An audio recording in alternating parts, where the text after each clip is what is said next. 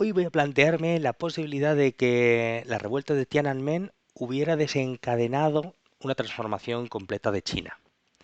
Esto lo hago porque un amigo del canal de Telegram de Historia Ficción, Sergio, lo ha planteado. Dice, oye, ¿cómo ves que podría evolucionar China y también la Unión Soviética? En el sentido de que se hubiera producido el levantamiento de Tiananmen antes del derrumbamiento de la Unión Soviética y que eso hubiera producido un cierre de filas dentro de las élites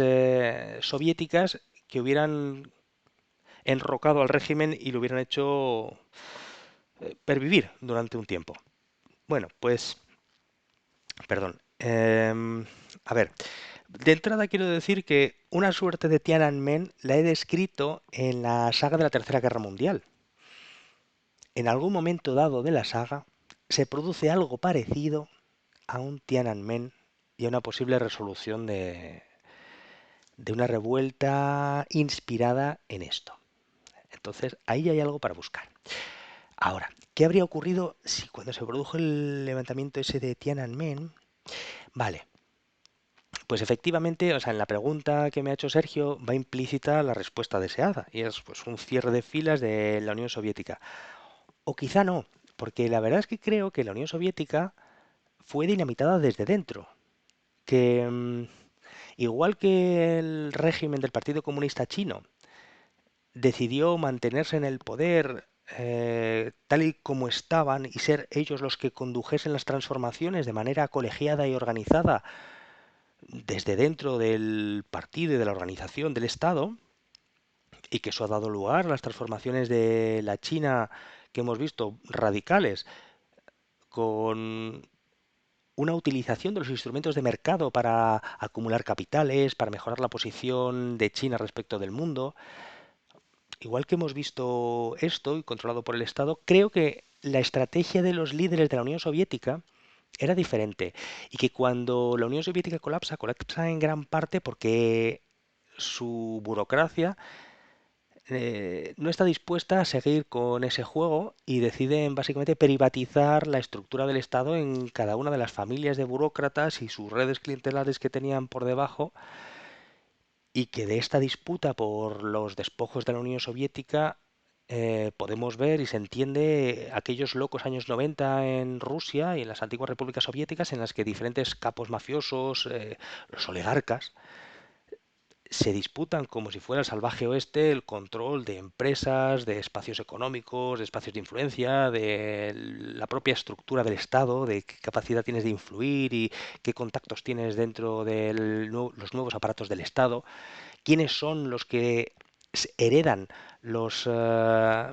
estados surgidos de las repúblicas secesionadas de la Unión Soviética, pues desde Centroasia a los países bálticos, Ucrania. ¿Quién domina esas nuevas estructuras de Estado? El propio Putin es un antiguo miembro del KGB. Creo que esto expresa que la élite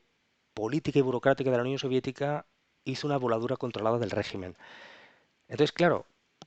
me parece que les faltaban ganas de enfrentarse a... O sea, que estaban en diferente momento político en China y en la Unión Soviética. Que en China la organización del partido tenía la voluntad de mantener el control y de seguir dirigiendo los destinos del país y repartiéndose el poder dentro del marco institucional del partido y de la China de ese momento, y que la Unión Soviética llegó a un momento de ruptura interna de las élites que básicamente reventaron todo y se intentaron repartir el pastel como mejor pudieron. Vale,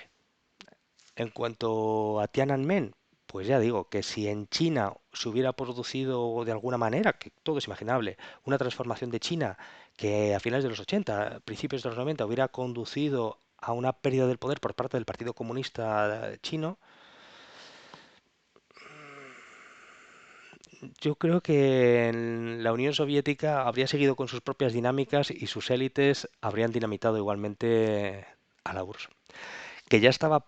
Es que claro, es que en los años 80 la Unión Soviética estaba plenamente integrada en los mercados internacionales como un productor y vendedor de hidrocarburos y de materias primas, comprador de alimentos, porque la Unión Soviética tenía déficit de cereales y de alimentos por sus propias ineficiencias, o sea, unas absurdeces intolerables que no se podía permitir. O sea, la Unión Soviética en los años 80 estaba ya volcándose hacia los modelos económicos del mundo globalizado y sus élites me parece que pensaron que les iba a ir mucho mejor teniendo un Dodge y una mansión en Miami que una dacha muy grande en Crimea y reventaron el régimen. Por lo tanto, creo que, sinceramente, que todo se puede imaginar, ¿eh? Y si queremos, nos podemos imaginar que lo de Tiananmen exitoso hubiera desencadenado un enrocamiento de la URSS y que de alguna manera la URSS hubiera hecho como hizo China y hubiera desde arriba, hubiera hecho una apertura económica que implicase una explosión, una reactivación de la economía de la Unión Soviética, pero con los parámetros como ha pasado con China, integrándose en los mercados mundiales, con un capitalismo salvaje, quitándole derechos sociales a los trabajadores de la Unión Soviética, pero bajo control de la URSS, o sea, del partido del PQS, pues claro, eso le pasó efectivamente a los ciudadanos de Rusia y de las repúblicas que perdieron sus derechos sociales que habían tenido con la Unión Soviética, pero no lo hizo el PQS, el PQS reventó. En China se lo ha quitado el propio partido. Bueno, se lo ha quitado no, es que tampoco lo tenía, porque como China era tan pobre, si es que en el fondo son diferentes. Bueno, yo creo que se ha entendido un poco cómo veo que era la situación en el mundo real para cada una de estas dos grandes potencias en ese momento, de finales de los 80, principios de los 90, y las líneas maestras por las cuales entiendo que cada una siguió un camino diferente. Y se podría imaginar, por supuesto que sí. Pero me parece que hay otros mimbres más interesantes para plantearse que en la Unión Soviética, por ejemplo, hubiera sobrevivido más allá del año 91 y hubiera llegado a los 90, al año 2000. Y digo un ejemplo, es igual que había elementos dentro de la burocracia y del PQS que estaban interesados en reventar el régimen para privatizar sus despojos y quedárselos, entiendo que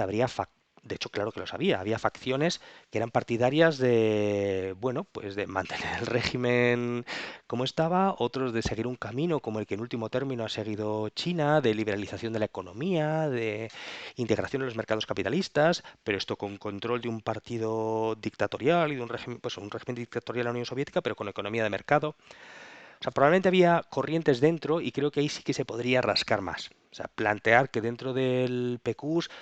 cae Gorbachev y llega un nuevo líder que encarna una corriente dominante dentro de la organización que, por una serie de motivos como los que ya he tanteado, eh, refuerza el control, bueno, pues del PQS y de la... Es que claro, es que insisto en esto porque estos son los que son el corazón de la estructura institucional del Estado soviético, el PQS y la organización del partido. Entonces, si estos, como en China, el Partido Comunista Chino, así que, bueno, ya me plantearé cómo estos podrían haberlo mantenido y eso sí, me parece que va a tardar tiempo esa Ucrania, ¿eh? Un poco de paciencia. Bueno, pues muchas gracias por estar aquí. Ya sabéis, si queréis escuchar los podcasts, que es donde tenéis todas las historias, en evox.com, que es la mayor plataforma de podcasting en español. Ahí podéis buscar historia ficción, está entre los originals, bien fácil de encontrarlo, y hay muchísimas ucronías ya súper interesantes. Muchísimas gracias por estar ahí. Un abrazo a todos, un abrazo a Sergio, gracias por esta propuesta.